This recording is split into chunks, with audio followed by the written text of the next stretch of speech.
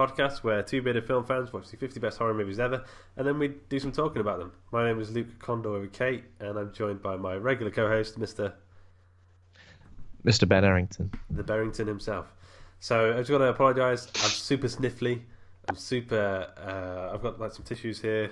I've had a lemsip. I've got my dressing gown here if I get a little bit too shivery. But we're ploughing through because there's nothing else to do.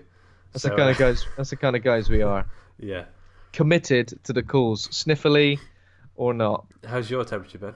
Have you popped one up? Fine. Popped a thermometer up recently? Have I popped a thermometer up recently? Yeah, regularly, every night like clockwork, and so far steady. Have you got like a little checkboard on your wall next to your bed? I do. It's just a tick. Keep it and steady. sometimes I do like a little horizontal line just in Yeah. case. Yeah, I have like okay. next to the toilet like a colour palette thing, so I could just mark on how dark my urine is. Are we going to say something else now? How dark your urine? Oh, that was pretty dark, but I've been sleeping non-stop for 8 hours, so let's believe. Let's stay hydrated.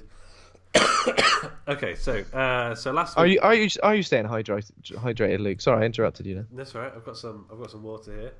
Oh, I'm just checking. I was worried about you for a second. I was just checking. You didn't seem to enjoy that water too much. No, I didn't. So our water, and this is tap water, disguised in a bottle. Our water is a little bit weird here. So I remember I got like a black mug and I filled it with tap water, and I was like, I could see like an oily film on the top of the water, and I was like, and then I put it in a white mug and I couldn't see it, and I was fine because I was fine to drink it. I just didn't want to see it. That's disgusting. But you've definitely told me that before. I think that might have even been on a previous horror hangout episode. Yeah. All right. Yeah. Our regular feature every week. Luke's oily water. Oily water. Maybe that's why I get ill so much. Just drinking like random shit. As long as I don't see it like it. You know what you need to do? You need to stop drinking the water. You need to get yourself onto the Coca-Cola, fresh out of a can, uncontaminated. There we go. This isn't fresh out of a can though. This is I think it's lost its fizz. Literally no fizz. That is the flattest. That's flat. That's weak. That's a week old. It didn't make any noise when I opened the bottle. Then that's worrying. It didn't. It just went like this. It went. It whimpered. Do you ever get like a hot chocolate from those really old, terrible? They were like 10p, like a hot chocolate, and then the cup would come out like hospital hot chocolate, and like it would like dribble some like milky water into your cup, and it would like cough this chocolate powder onto the top, and then you have to take it away and go, this is disgusting. Wrong. You used to get like a horrible chicken soup in those machines as well, didn't you? Yeah. They just had like bits of green, like it was like milky water with some chicken flavour and bits of green in there. Yeah. Oh, healthy. One of my 5 a day. A couple of chives in here. That's 1.5 chives. That's 1.5 of my 5 a day. 1, 2, 3, 4, 5 chives. I'm done. I'm done. See you later. Okay, Bring on the chocolate. So last week we talked about Night of the Living Dead. It was a pretty great film. And this week we were talking about number 20 on the list, The Descent. Do you want to tell us a little bit about it, Ben? Sure thing. So The Descent is a 2005 British adventure horror film. Adventure? Written and directed by Neil Marshall. The film follows 6 women who, having entered an unmapped cave system, become trapped and are hunted by subterranean humanoids. I mean, that is a spoiler right there in the synopsis of the film. Okay, I will touch on that in a second. But so The Descent, and this is what the Empire people have to say. Somewhat like Aliens, Neil Marshall's masterstroke here is in keeping the monsters off screen for a good hour. And after the almost unendurable cave-bound claustrophobia of the first half, it's almost a relief when they finally show up to provide a more solid, familiar focus for the audience's fear. Before that, it's been an unbearably tense series of character clashes and pot-holding injuries, a pressure cooker building to a head of steam that brutally climaxes with a shocking accident and the full reveal of FX guru Paul Hyatt's blind albino golems. From then on, it's intense action all the way to a devastating conclusion. American audiences got an upbeat ending from which the sequel continues. Here in the UK, the final moments are horrifyingly bleak. Okay, so the whole thing... That is a pretty spot-on sort of You know what I mean? We might as well don't just need to finish this podcast now. That's Just all you say need to that is know. pretty much Yeah. it. Yeah. That is what we're going to say again. So you got 85% fresh on Rotten Tomatoes, 7.2 on IMDb. The Horror Hangout board of advisors on Facebook, we asked the guys, and Andy said, I've not seen this in years. Even if you took the pieces out, it would still be an incredibly claustrophobic affair. Depressing British ending cut for the window, right? Yeah. So, I mean, I just want to... So you said, like, it's a spoiler to have the Wendigo type creatures in the synopsis. I went to see this at the cinema. I had no idea what it was, and it was amazing because like there's so many like weird little revelations of like what happened throughout the film. I thought it was gonna be a ghost story, and then just a sort of thriller set in like the caves, and then like an hour in, these monsters appear, and I thought that was amazing. Like the best way to go to the cinema is not to know anything about the film. Oh yeah, definitely. I don't remember when it was the first time I saw this, but yeah, if in completely knowing nothing, it kind of presents itself as a thriller where you kind of assume that all the main characters turn on each other, and maybe like one of them ends up, you know, because we get these tiny little plot points throughout the start where you're like, there's a little bit of tension between maybe one or two, maybe a few more people in this group. Yeah. And the fact that it does, I mean, it does get played up on, but the fact that we get this additional sort of threat of just horrible, dirty, scary, blind golems. When they first appear, I in the same sense of the main character, you're in that same seat of thinking, did we see that? Is that real? I'm pretty sure we saw something, and then the shit hits the fan pretty soon after that. Yeah. I mean, as soon as you start doing the classic horror film thing of you see the point of view of the threat, and you can hear its breathing, and you can hear the horrible noises it makes. As soon as you see that, you're kind of like, whoa, what's going on here? Yeah. But as soon as they're revealed, I mean, the fact there's obviously a few different reveals. One which is sort of like the big terrifying reveal. I mean, that is amazing. That is genuinely terrifying. It is genuinely a holy shit, what the fuck moment. Yeah. And so I mean, this is like the fourth time I think I've watched it. The last time I watched it, I accidentally watched the US ending, and it's not good. It's like so. So what is the US ending? Because I saw the British ending. Is the US ending the happy ending? Yeah. So what happens? You know, at the end of this one, she gets out, and if she gets in the car, she just drives off, and then that's the ending. But they're pretty much the same as what we see, but just it cuts a little bit. Without that final like reveal, yeah. Okay. Yeah, but yeah, I mean, this film, well, 2005. I think maybe this is one of the first horror films I could go to the cinema to see. Like I was old enough to see, and I was absolutely terrified in the cinema. Like seeing horror on the big screen like that when you're young is, and this film in particular is super scary. I don't think I saw it on the big screen, and I think when I saw it, I did know it was a horror film with like creatures. I don't know, maybe somebody told me or something, but. Yeah. But I tell you what, this is the fourth time I watched it. I will say I think it's lost some of its charm on me a little bit. Like I do feel like some of the soundtrack is just like nondescript, like just like standard horror movie soundtrack stuff. Yeah. I feel like some of the I feel like it's starting to show its age. So there's like Spice Girls-esque sort of thing going on with like some of the hairstyles and stuff, and like for even though it's 2005, there's a lot of stuff that felt quite 90s. Felt quite 90s. And I kind of thought this film was sort of set in like Scotland or something, and it was filmed in Scotland, but it was filmed in Scotland but set in America. So that was a bit confusing for me. I did watch the sequel as well, just to sort of give me I've watched that a few years just to sort of give me more of an appreciation of the original. And the sequel is a dud. You know, the sequel. Well, the sequel takes on from the American ending. It doesn't work in the UK ending, but it doesn't work in the UK ending. But I guess you kind of fill in the blanks of the UK of the UK ending. But this is awful. I mean, basically the sequel just takes every horror movie cliche idiot and puts them all in one place, and it pretty much plays out the same as the original, but just nowhere near as effective. There's a couple of interesting ideas there, but I mean, it's pretty awful. And the ending's probably even worse for me. To the ending, the second one is where they get out, and then a guy feeds them or something to them. Somebody gets out, and a guy hits one of them with a shovel and throws her back down towards the hole to show that he's been helping these little golems get their ring. There's a I mean, so the second one was directed by the editor of this one. I can't remember his name at the minute, but it's his only feature film he's done, and I think he only really did it because Neil Marshall didn't want to direct it.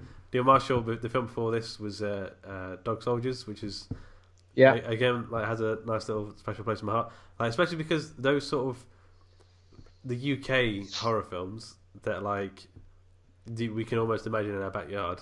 Yeah. Like, they feel so much more relatable. Yeah, I think most of the horror films that I generally feel the most scared of are UK set. Yeah. And that's just because they feel more real to me. What did Neil Marshall do after this? Was it Doomsday? Which I've only seen once, and I remember enjoying, but apparently no one else did. I think I've only seen it once as well, and I don't remember enjoying it.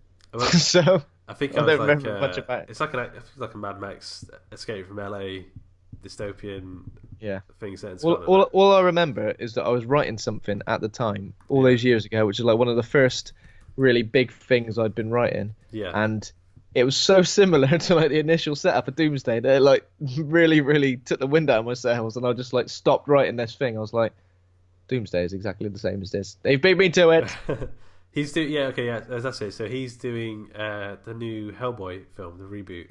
Yeah, I saw that, but he hasn't done all that much since those films, has he? TV. So he's done a Game of Thrones and Stranger Things.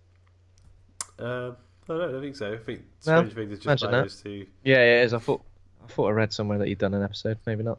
Yeah. Okay, so should we jump into the story a little bit? Yes. The key players, I'm just going to list them off here because there's quite a few. Sean McDonald plays Sarah Carter. Wait, what's her name from Terminator? Sarah Connor. Okay. Never mind. Natalie Mendoza as Juno Kaplan. Alex Reed as Elizabeth Beth O'Brien. Mariana Buring as Samantha Sam Vernet. Saskia Moore. The list goes on. There's lots of girls. There's about, the list goes on. There's about 10 girls. But the main one... one... Got 4 into the cast. The list, it just goes on. It goes on and on and on. But there's only 2 that we really need to care about. The main character is Sarah Carter, who I'm going to completely see as Sarah Connor now, and Juno Kaplan, who's the antagonist, I guess. Everyone else is just meat for the I don't mean in a sexist way. I mean meat for the slaughter for these creatures to kill. There is a girl called Holly in it who I believe is just like she's a bit of a risk taker, she's a bit of a she's the one with the Spice Girls spiky 90s hair. She's got some Spice Girls spiky 90s hair. Yeah, I don't know if any of the Spice Girls ever had that hairstyle, but I don't know what it is. Something about it makes me think of. I know what you mean. Yeah. Then there was just one guy in this film who is Sarah's late husband. Oliver Milburn as Paul Carter. It says here. He's only in it for I think he has like 2 or 3 lines, and then that's it. And then there's no more males. I actually quite like this. Dog Soldiers was like a predominantly like male cast, and I quite like that Neil decided to flip it on his head and just do female. So he also got everyone from different countries, which I never picked up on until I read up about it. So the idea is that everyone's got a slightly different accent to sort of vary them up a bit more. Yeah. I noticed a few different accents, but they seem to change a lot. So I was like, at one point we've got is it Mariana Buring, who's also in Kill List as the main character's wife. She was doing an accent at one point where I was like, Polish, Irish, American. I mean, what's going on? She's Swedish, I think, right? Yeah, I'm only thinking that because of Kill List. I think she's Swedish in that, but in Kill List she was straight up English, wasn't she? Well, accent wise. Was she? Oh, I don't know. Okay, so you fucking prick. So the film starts. I remember being in a cinema, and this just literally blowing my head off. It's like a pipe to the head of. Pipe bomb. So all these girls, they do some water rapid type things. They're obviously like extreme sports type people. Those bloody idiots. Sarah, our main character, sort of gets out. She says, "Oh, what a fun afternoon!" And then she meets up with her kid and her husband. And her husband like lingers and talks to Juno. So there's a bit of a thing happening there. But then they get in the car, Sarah, her husband, and her kid, drive away, and this is right at the start. We've got like a car crash with a pipe flying through the windscreen through David's head. Super gory, super. I don't know, just out of nowhere, just so quick, right in there. So I should have watched this back to see exactly what happened. In my head, I thought it went through like the dad, so David's like chest, and then the kid's head.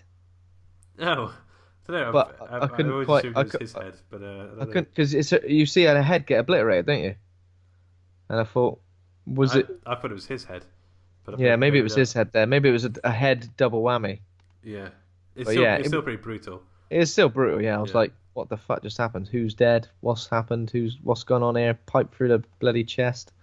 Yeah, and then we get some like Silent Hill-esque sort of creepy hospital stuff. So Sarah wakes up in hospital, and so I think this is quite a genius move by Neil to like have a lot of these sort of more abstract, dreamy bits to the film, where it's not so straightforward. So she wakes up in the hospital. She stands up, and like we get the thing with the lights turning off at the end of the hospital corridor. Yeah, Sort of catching up with her, and the sound design is pretty great here. And then and then she wakes up, and that's not actually happening.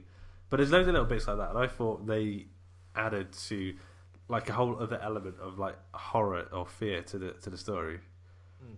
So those bits really sort of, it's like that uncertainty, isn't it? And I think like Yeah, the performances from everyone in this scene as well, when they kind of realise that her family's dead and that, were really good, man. Like I was like, I nearly had a tear. Everyone was upset. Everyone was crying. I was a bit like, I've had a lump in the throat. I was like, bloody hell, that's horrible. I was thinking, this film really does take its time. It really has like the initial tragedy in the story, whereas like I think most films nowadays would skip past it and just have it as a thing they reference in the past. Yeah, like she would keep having some sort of flashback to something bad that's happened. But the fact that we get to sort of see it, the lost style, just cutting in and out of it, the fact that we get to witness it, and then it's like a year later, and everyone's sort of coming back together, you kind of feel, it feels like a year. Is that long enough? That's what I felt initially. I was like, is that long enough to be over this and go, well, not over it, but going on another trip with your friends, and then so you kind of feel that they feel the same as that. Yeah, they're addicted to the adrenaline, Ben. She just loves it. Totally addicted to the adrenaline. Yeah. And you kind of feel that, and that kind of affects how you view everybody in the film. And I think you really understand their dynamic between the six of them. Yeah. Because of that initial tragedy. Like you saw it, you experienced how everyone else experienced it. Yeah. Everyone's got a little bit of a history. Everyone remembers it in a different way, and then suddenly you're thrown into this sort of dynamic with six of them. And it reminds me of I don't think films take it's not on vogue to take the time to tell that initial tragedy. It's like Up, like that's like a 10-minute sequence at the start of that. It's just absolutely heartbreaking, but it sets the thing for the rest of the film so well. It is a bit like Up, this film, in more than one way. Yeah. I mean, they've gone down. They've gone down. Yeah. Up is all about going up. Exactly. I mean, the parallels there. I mean, the cannibalistic subterranean monsters. I mean, that's another dogs. Up, yeah. Dogs. Talking dogs. Talking dogs. Subhuman things going on. Yeah. Okay, so we cut to a year in the future, and in America. I always thought it was in Scotland or somewhere, but they're in Chattanooga, I think it's called. I think it was all filmed in Scotland and other places in the UK, I believe. Yeah, I don't know. So it's weird for him to say, "This is America." Do you not know what America looks like? It looks the same. I don't know why they didn't just say in Scotland, because like they're all like mostly European people apart from Juno. Yeah. Why did they have to go? They're in America. Why not just say they're in Scotland? They already knew that the sequel was going to be made, and they'd already hired an American actor to play the police officer. Maybe, yeah. Okay, so I was getting a full-on Spice Girl. So they're Spice Girl. Well, they're like hanging out in this cabin for the night. We're introduced to all of them now. We've got spiky hair, extreme sports person. Yeah, she doesn't play by the rules. She doesn't like rules. She doesn't, no. If you're gonna hit me with rules, I'm gonna rebel against those rules immediately. Does my short spiky hair not say that? Come on. And they have a joint as well outside. Her and another one. So we know they're real rebels, those two. Yeah. And then there's a load of banter going on between these girls as well. One of them's got a shit pair of pajamas, and she's getting absolutely slammed for it. And we do know we get a bit more. So of Juno apparently left very quickly after the accident. Also, we did see a little bit of her like bawling her eyes out in the hospital. So I think we know pretty much going into it that she and Sarah's hubby had a thing. But yeah, so there's a few things in this. But so in the cabin, I noticed an upside down horseshoe. I don't know if that's symbolic. It's bad luck. Oh. There's another like nightmare dreamy sequence where that shit me up again. Where Sarah goes to the window and then the pipe flies through the window into her face. Yeah, shit me up. That shit me up as well. Yeah, yeah. That was pretty scary. I mean, again, it was just like jump scares in like dream sequences. I mean, yeah, they're a bit cliche, but like for some reason these didn't feel like too cheap. They felt like they're quite creative. They're quite creative. Yeah. The pipe through the window. It's just not something you tend to see, like ever really. Pipe through the window straight through the eye is not something you see very often in horror films. No. Okay, so the next day they wake up. Juno is doing the splits and like handstands and loads of stuff. She's ready just showing off. What did you say? She's ready for it. Yeah. And then she takes them all out, and then she leaves the guidebook for the caves that they're going to behind. I think she says sorry to Sarah at one point, but Sarah's not ready to hear it or whatever. She says sorry I fucked off so early. I had things on.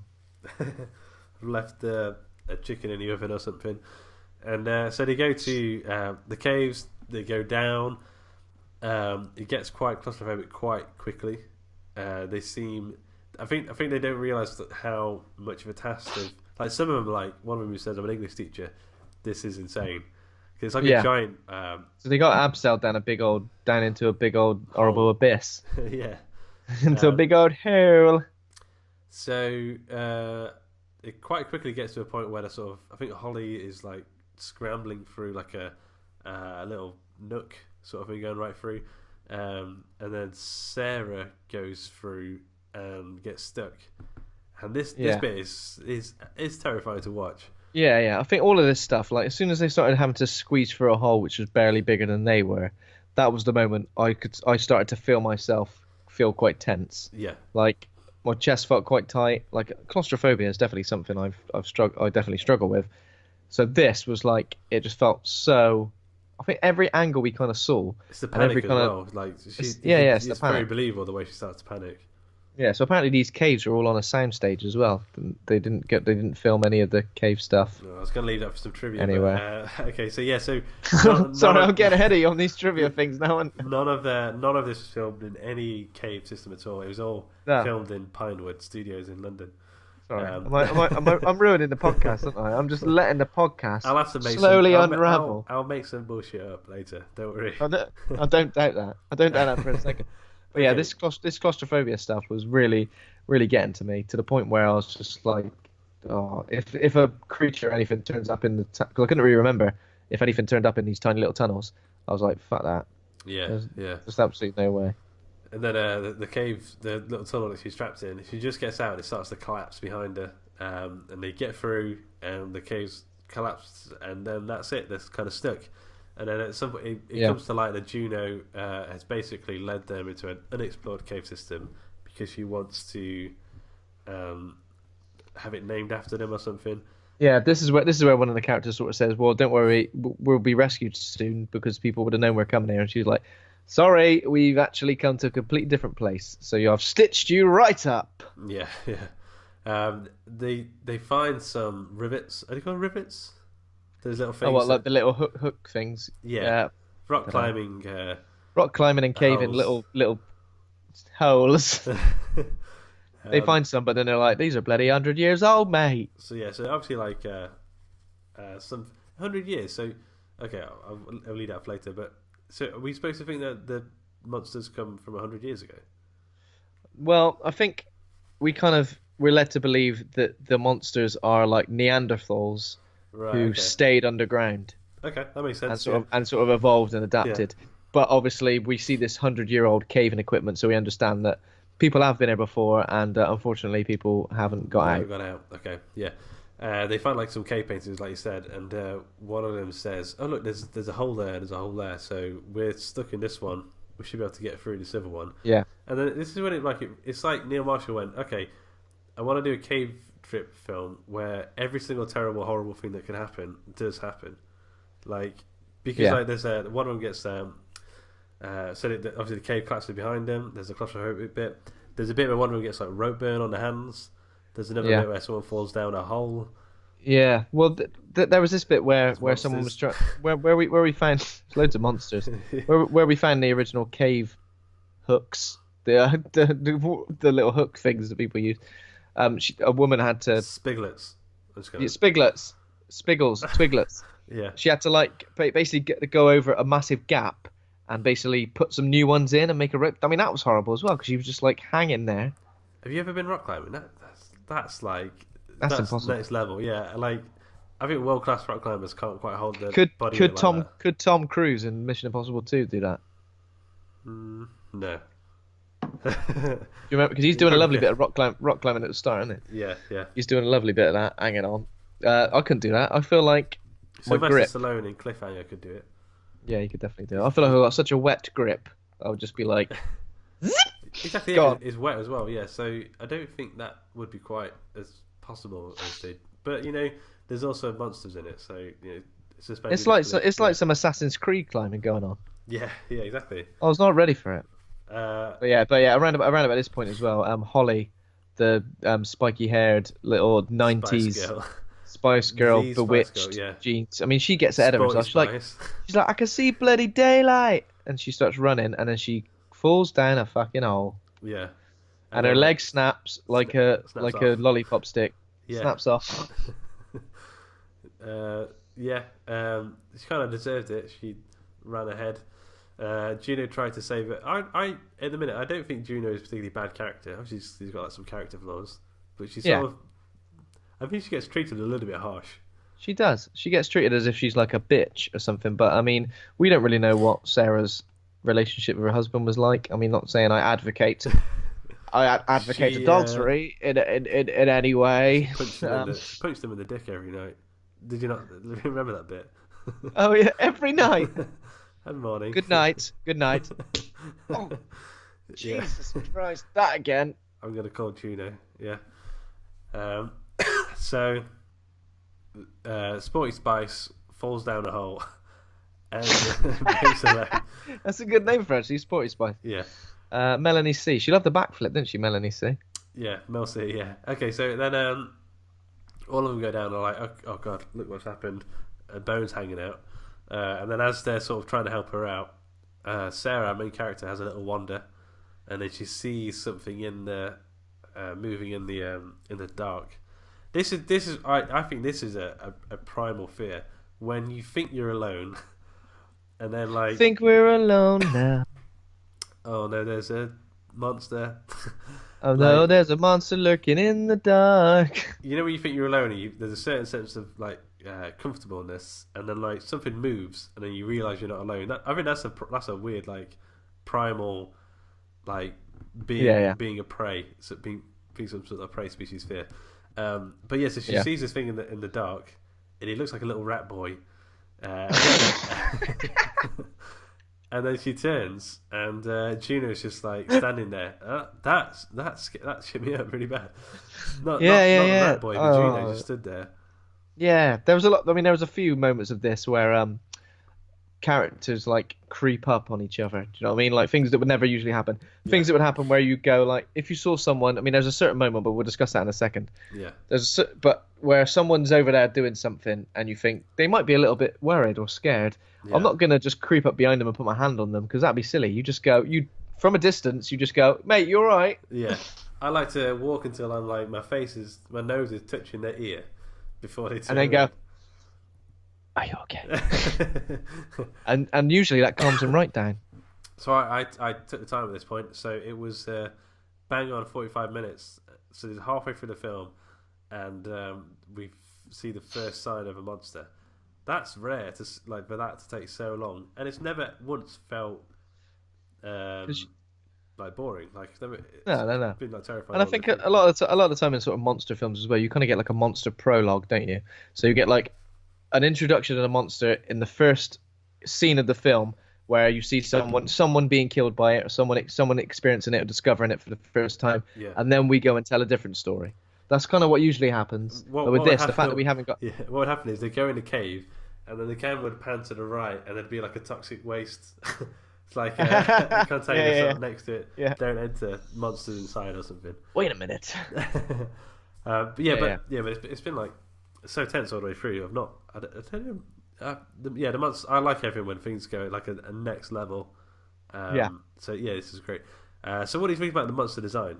Because I remember them being scary as hell as a kid. Yeah. Now I kind of think it's just acrobats in. Yeah. Yeah, they're pretty scary, but they're kind of very Lord of the Rings, aren't they? They're like Gollum, but with the head of an orc. Yeah. The head of an orc. So that's what it felt like. Pretty scary. I mean, they've got like razor sharp teeth, tiny little pointy ears. As soon as we get like a female one of them as well, I mean, I was like, I'm done. Okay, this is one of them in a wig. I'm not into this. But yeah, I think the creature design was pretty good. I think when we saw them kind of not lit up very much, they were a lot more scary than when we saw them lit fully. Yeah, I don't need to see them like the full body up, like shot of them. No. Yeah, not at all. And also there's a bit where we see them up close via video camera, and I think like that was all right, I suppose. Yeah. So where are we now? Oh yeah, so no one believes Sarah that like there's the person down there, and then they find they climb to there's like loads of animal bones. They're like, what the hell is this? Shit, there's animal bones, and they do the Blair Witch handheld camera thing. They look left, look right, look left again. And then all of a sudden, there's a thing standing there, and it attacks them.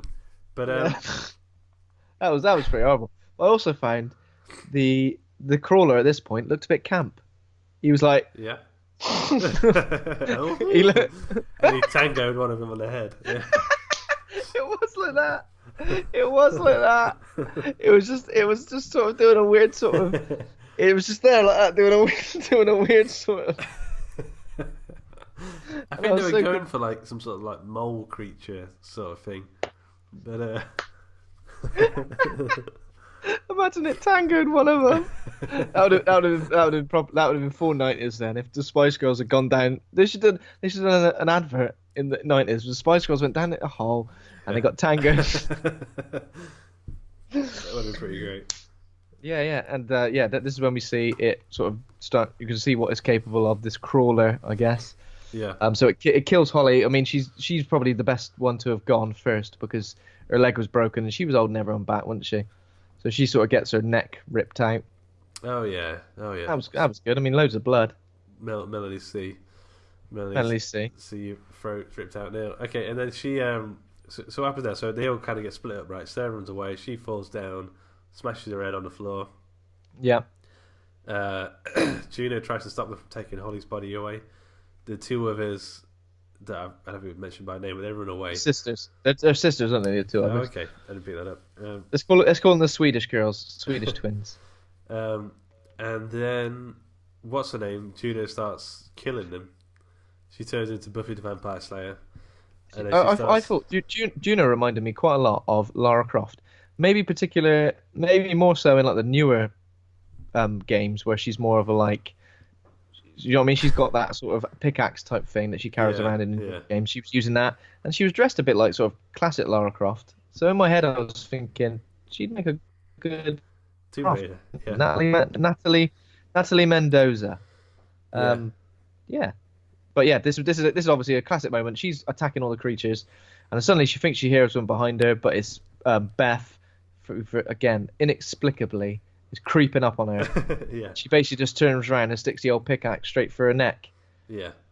And she's like, I think she gets a lot of the blame for this, Juno. She gets all the blame. She's not her fault. She's in fight mode. She's in fight mode, and Beth, for God's sake, for the love of God, Beth, because you could see her, she's just killed like a crawler or been attacking them. She's got a bloodied pickaxe in her hand. Yeah. She's breathing heavily. She's looking around. She's clearly terrified. Don't creep up on her. Oh, got you. Yeah.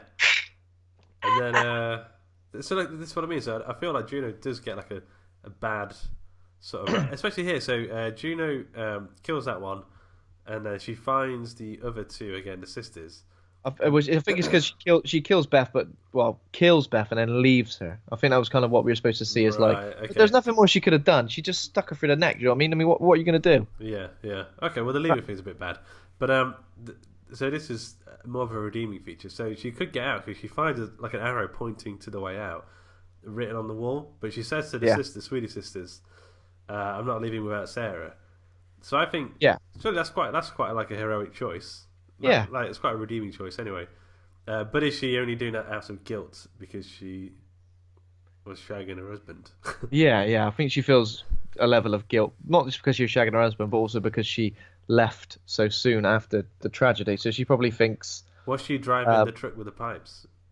That's what I want to know. Maybe somehow some twist. I was taking my pipes. And you crashed into me. I lost loads of money because of that. Expensive pipes. And then she sort of fled to the USA. Okay, so so what happens now? So Sarah wakes up. She is in the dark. There's more of these crawlers about.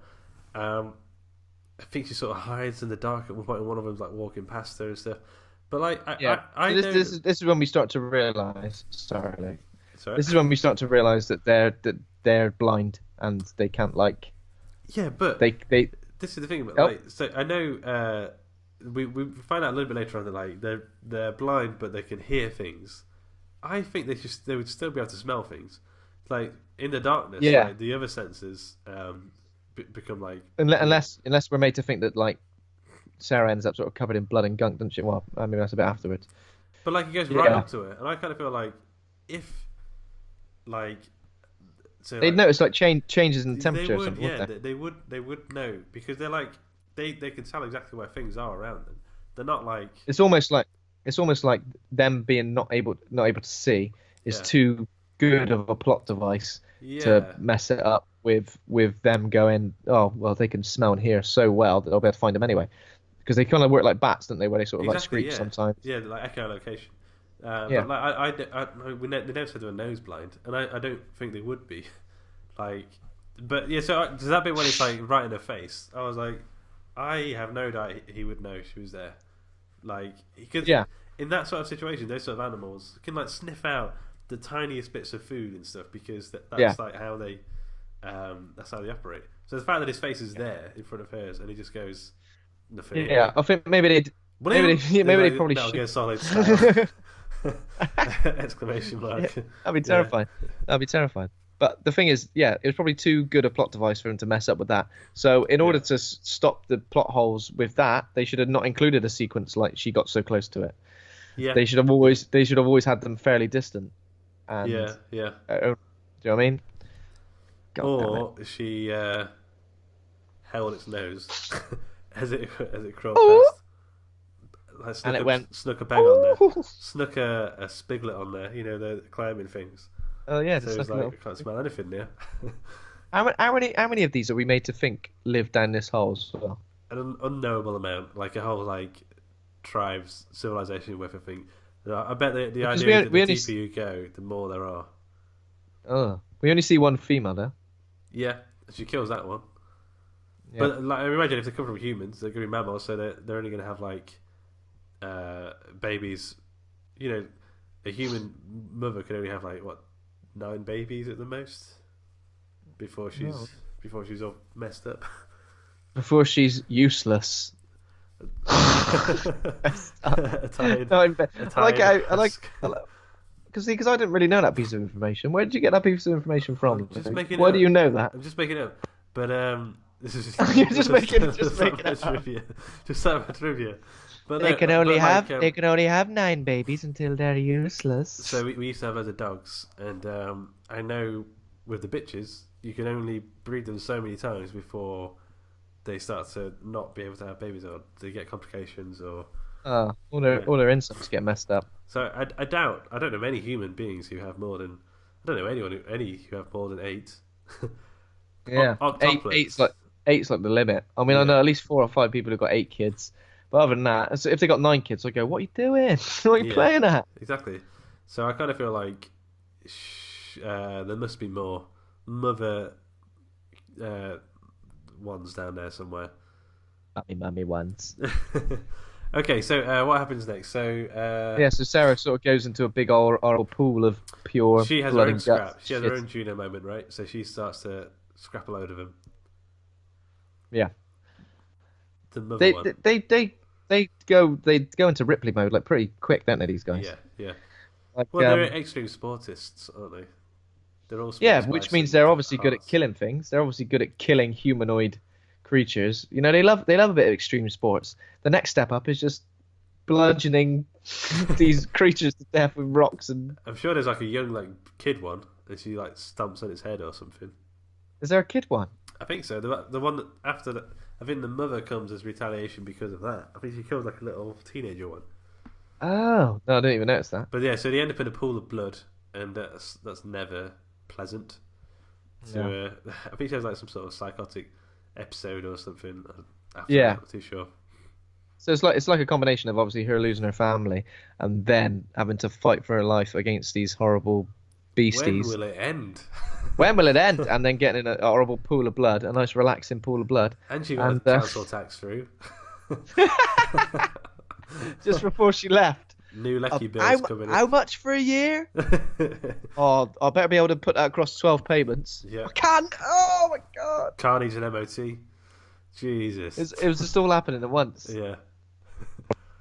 Okay, so after the car and the council tax, and they're in the caves, she fights off a load of them.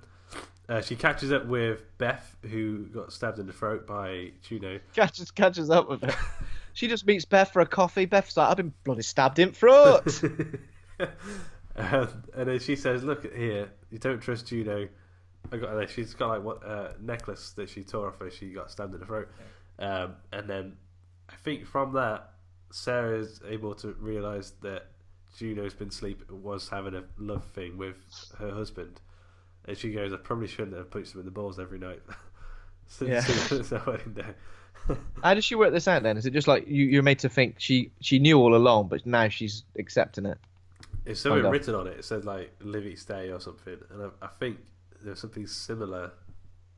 I don't know actually.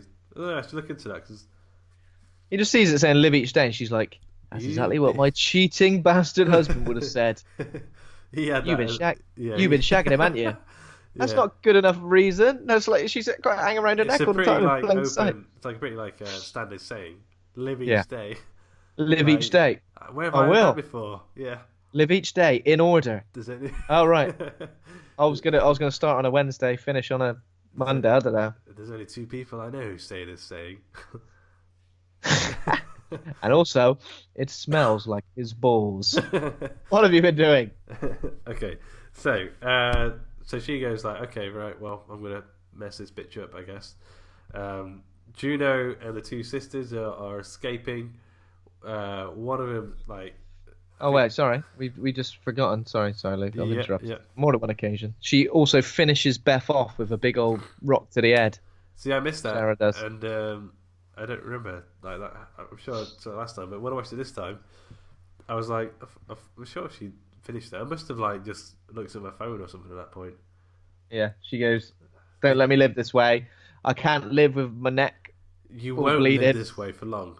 Don't worry about it. Oh, you won't. You'll die nicely soon. See ya." Yeah. And I don't want another head smashing on my conscience, bitch. Yeah. I'm off. I'd probably that. Or you just want to be other things, I guess. Why do you neck? She's going to be anyway. Sorry. Such a long neck. Maybe that was what I'm doing, Chad. Such a long neck. It was an easy target. Yeah. Oh, the neck. Okay. So Juno and the 2 sisters are escaping. So I'm gonna get sniffly soon.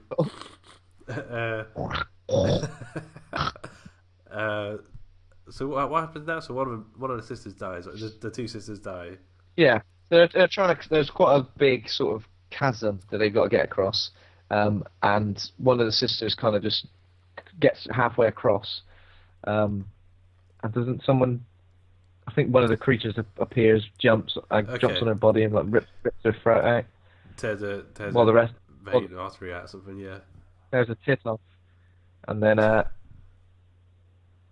think the other sister gets eaten as well, doesn't she? At this point. Yeah, yeah. The one of them turns up behind the starts going like, do like when like they blow the raspberry on someone's belly. It starts doing that. Yeah. Starts doing that, but a little bit He's too been really vigorously. he's been really playful and blowing a raspberry on her belly, but then her entrails got in his mouth. Yeah. Bloody hell. So earlier, I forgot to mention this bit. There was something that kind of miffed me. Was when Juno caught up with the two sisters and they were fighting one of them, and then she just grabbed its neck and then it broke its neck. That's not. That's silly. from Buffy the Vampire Slayer. That's silly. That was silly. That was a silly moment. That took me out of it. I was like, no. She's not like a secret agent. I know, She just done a bit of snowboarding once. Yeah. Just suddenly she knows how to.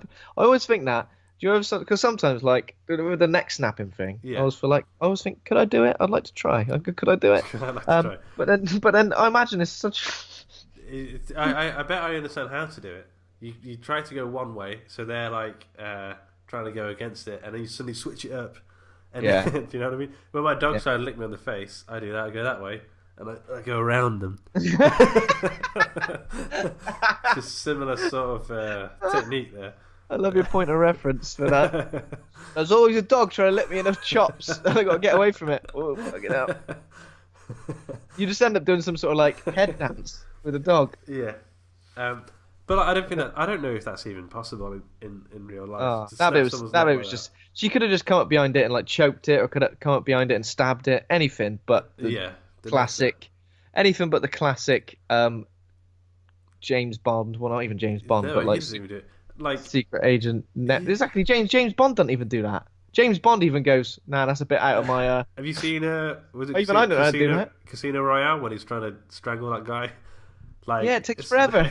That's James Bond. That's Daniel Craig. James Bond. He's a badass, and like it's not real. I don't think that's even a thing people can do. And if you do snap someone's neck, I don't think it's instant death. No, like, I'm pretty sure it's just like this really fucking hurts.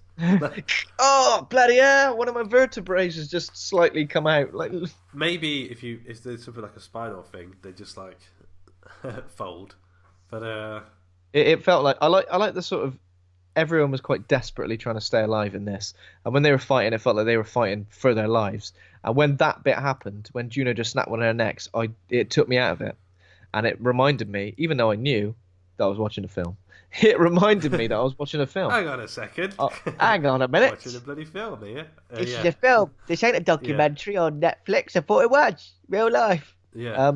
Yeah, but it took me right out of it. Do you know what I mean? If I could remove any moment of the film, it probably would have been that. Yeah. Just because. But again, I think that's what I mean by when I say showing its age a little bit, because I think that was more acceptable back then. Back then, someone would have seen that and gone, "Oh, bravo! Wow, hardcore, yeah."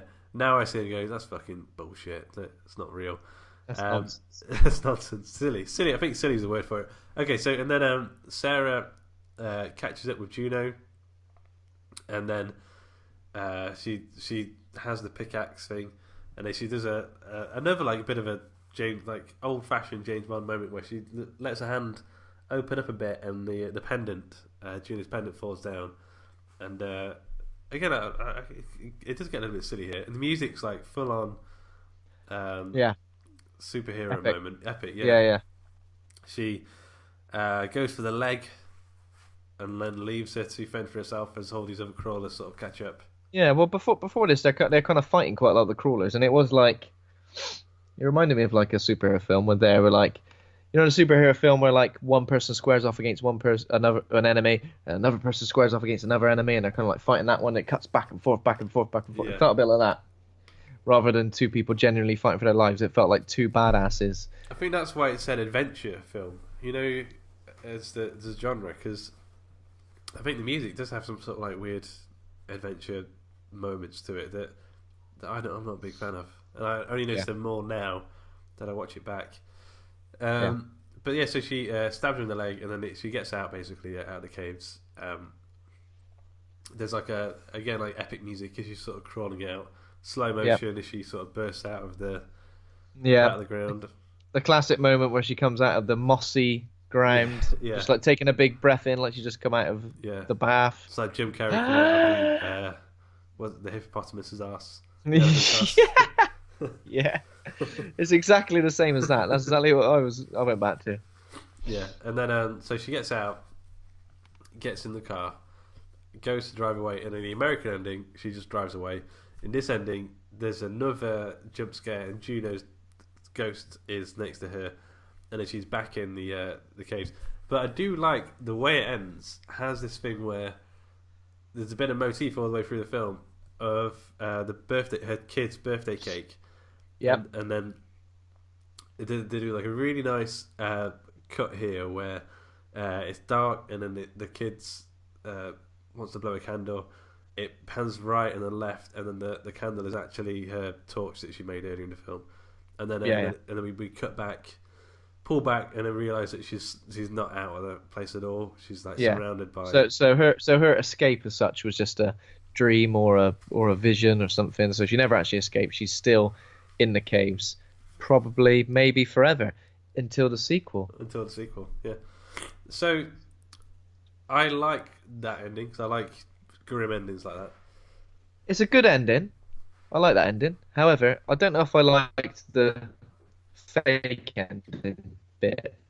You know what I mean? That wasn't the real ending all along. This was the real ending. Yeah. I like the bleak. I like bleak ending, but I think maybe bleak ending would have worked just fine as a bleak ending rather than that, because it feels a bit jarring and a bit confusing. I think if you've not seen that film before and you watch it, you're like, what? Do you know what I mean? It's a bit. It's what I call the Brazil ending. So Brazil has the two endings, has the US ending and the UK ending again. The US ending is the good one, and the UK ending is when it's all in his head and it's like being lobotomized or whatever. Yeah, but that's what I feel like any plot device where it's revealed it was all in the protagonist's head. Yeah, just doesn't. It just doesn't work. It just doesn't work. I mean, I can understand why some filmmakers choose to do it. Not so much these days, I guess. But still, it feels a bit like, what, really? Yeah, I know what you mean. Because I think that it just feels like the audience feels that they've invested so much time into these characters, that anything that appears like that, you feel like you're being cheated out of it, I guess. Yeah. So yeah, bleak ending would have worked for me, but not the fake out ending. Okay, cool. So the director's style and stuff. Yeah. So it had all these jump scares. The main terror that he managed to capture was the claustrophobia. I think that worked really, really well. There was some things that just like the soundtrack riled me the wrong way. Neck breaking, badass, like fake TV detective things just kind of rubbed me the wrong way. And also, this is picky. This is super nitpicky, but like the titles at the start of the film, they have that weird stretched, elongated text. Yeah. And I just think, no, man, that's such a horrible fun. And they had like it was just a fake lens, a little flare. torch. Yeah, like a fake lens flare type effect that I'm sure was a preset in Final Cut at the time it came out. So I'm pretty sure he just went, "This is cool." Whoever edited it. I know. It kind of worked with the film, I guess, it being in the dark and needing. But if you think that's bad, you should watch the sequel because it uses exactly the same effect, no different. But instead of going, The Descent, it goes on for too long and goes, The Descent, Part 2. It just, do you know what I mean? If you think it's bad on this, you should watch the sequel because, if only for that opening title, because it just feels so cheap. It feels like bad taste. Do you know what I mean? When this film's a great film, and like I am being quite nitpicky. It is a really good film, really scary. The horror in it is really horrific, but there's some poor choices that may not have even been like bad taste back then, but they've dated a little bit now. Bits that perhaps are viewed upon as being quite cheesy now, when back then maybe not. Yeah. I guess. Yeah. I think a lot works though. I think the claustrophobia for me, because when you watch a horror film, you always kind of think, "Oh my god, I'm glad I'm not in that situation." Yeah. This is probably one of the films where I think that is my least favorite situation to be in. As in, like, I don't want to be. Yeah. I would rather be in fucking Alien, or I'd rather be in The Thing than have to experience this, because at least you're like, do you know what I mean? Yeah. I just run. in the thing, I just run out into the snow and freeze to death. At The least fact you're that not trapped.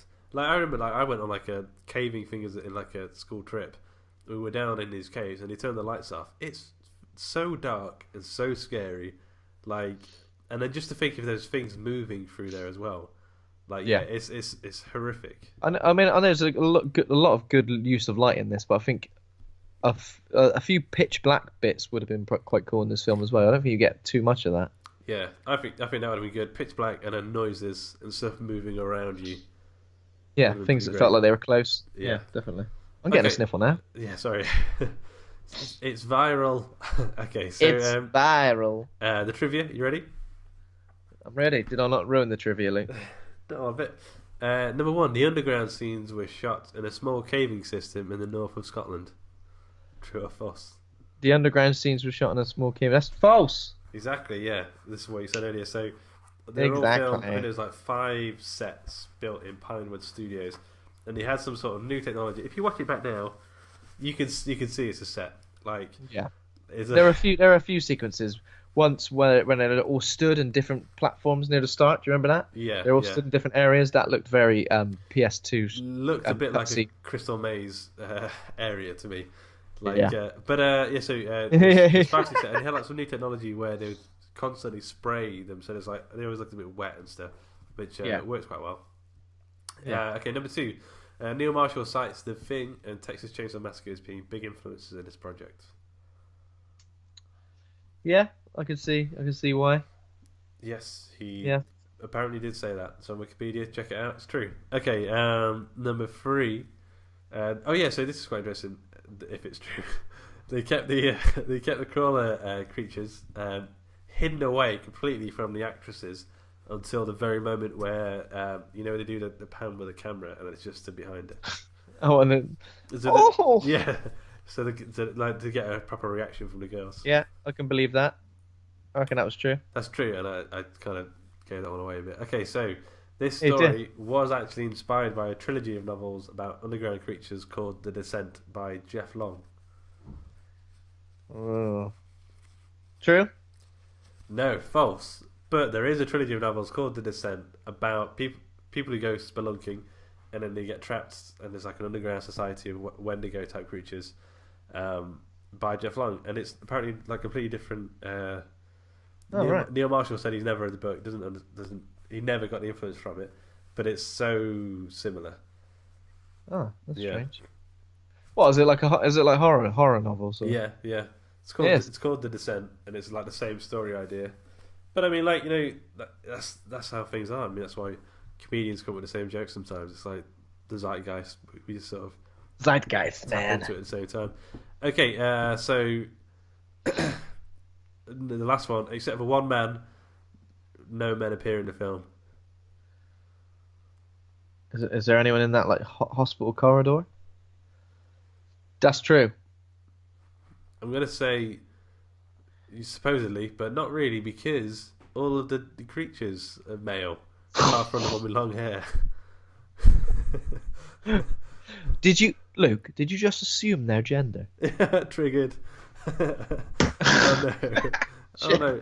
Triggered Chair. load of like creatures. Did you Triggered, and they would just rip you apart. Yeah, this chair sort of like goes right back like that and sometimes I forget. My dad used to have a computer chair in my mum and dad's house, and he used to come in and like lean on the back of it to see what I was doing, and it would go back so far, like you just like you're in a dentist chair. Yeah. So Luke, what are you doing? Exactly. Yeah. It wasn't porn, Dad. Okay, so you need to rate the film.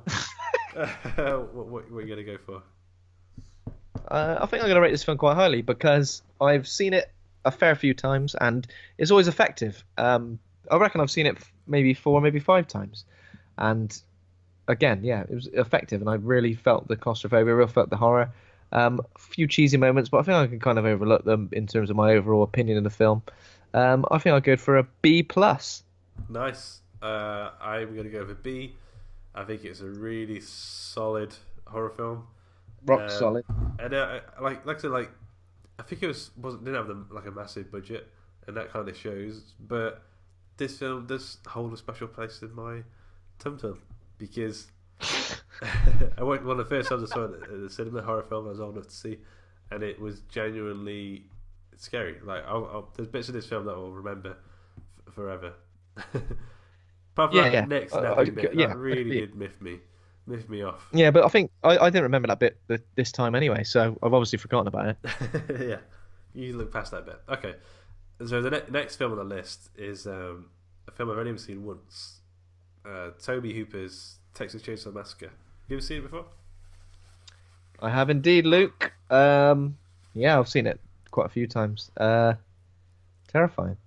Definitely up there with some of the scariest sort of like slasher horror films. Probably the scariest slasher film, actually. I remember the bit where he like picks someone up like a girl and just like hooks her on. Yeah. I remember that being like scary. Yeah. But yeah, I'm looking forward to it. Looking forward to it too. Oh yeah. Okay, so have you have anything else to say before we go? What? Just like any admin or anything? Any? Yeah. Nothing much. Just I hope your cold subsides. That's the best. That's the best possible reaction to me saying that. Okay. Yes, I hope so too. You're gonna be a joy. You're gonna be a joy to sleep next to tonight. Yeah, that's not me saying I sleep next to you. That's me saying. That's me saying I can understand Kat and her pain tonight. It's okay. Kat punches me in the balls every night, so I'm looking for someone new. Okay. Oh. Okay, so so this year is brought to you by Stoke Studio Hawk and Cleaver. Head over to hawkandcleaver.com and grab a free book. I sound super nasal now when I'm saying this.